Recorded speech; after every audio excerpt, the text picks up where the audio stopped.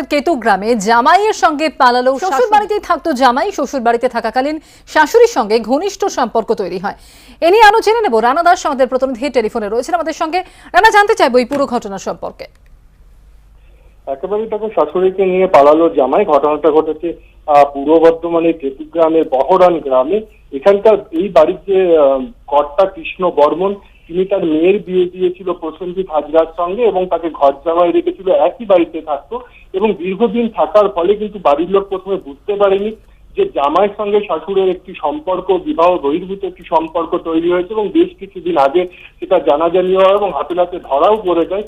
এরপরে কিন্তু শাশুড়ি প্রকাশ্যেই স্বীকার করে যে তার জামাইয়ের সঙ্গে তার সম্পর্ক রয়েছে, দুজনকে ভালো রাখে এবং শাশুড়ি অর্থাৎ মা নিজের মেয়েকে এই প্রস্তাবও দেয় যে জামাইকে নিয়ে একসঙ্গেই দুজন মিলে ঘর করি একই, কিন্তু তাতে রাজি হয়নি।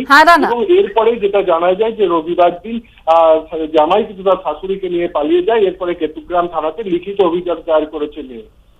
ধন্যবাদ।